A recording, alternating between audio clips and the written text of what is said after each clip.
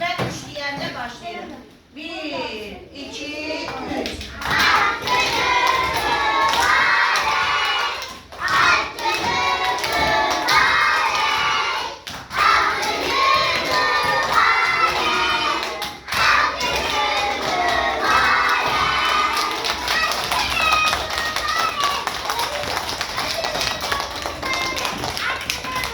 Şimdi gelin görek.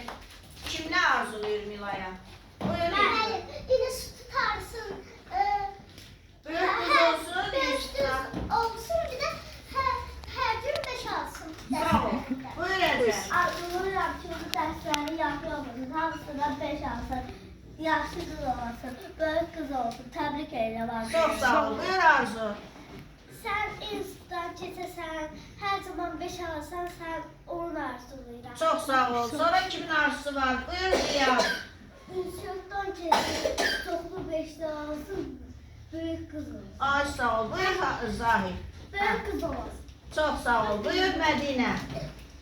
Milay büyük kız ola, ufak tutar, 5'ler ala. Ay sağ ol. Buyur. 100 yaş ola. 100 yaşasın. Çok sağ ol. Sen laf güzel oldu Arzu. Buyur Cebrailo. Deyirəm ki, mən 24 yaşım, yaxşı başarısın, arzu versin. Arzusu hayata geçsin. Hər Buyur. gün dərslərindən 5 alsın, 100 ömrü 100 olsun. Ömrün 100 yaşasın. Çok sağ ol. Buyur.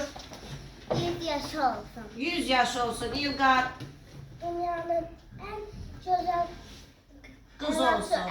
əlaqı uşaq olsun. Əla. Buyur Asya.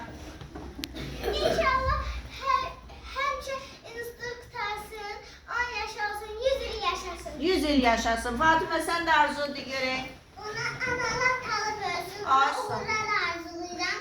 Instruktarsın, xeyri uğurlu ölsün. Çok sağ ol. Əla. Cangir. İş durduk tarsın, çoklu 5 tarsın, 100 yaş olsun, güzel kız olsun. Əla. Alkışladık Miray Kərim'e.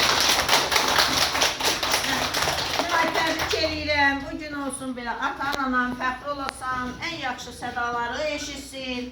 Həmişə ürəklər açılsın ki, bizim Milay kimi gözəl qızımız var. Alqışlayaq Milay kimi.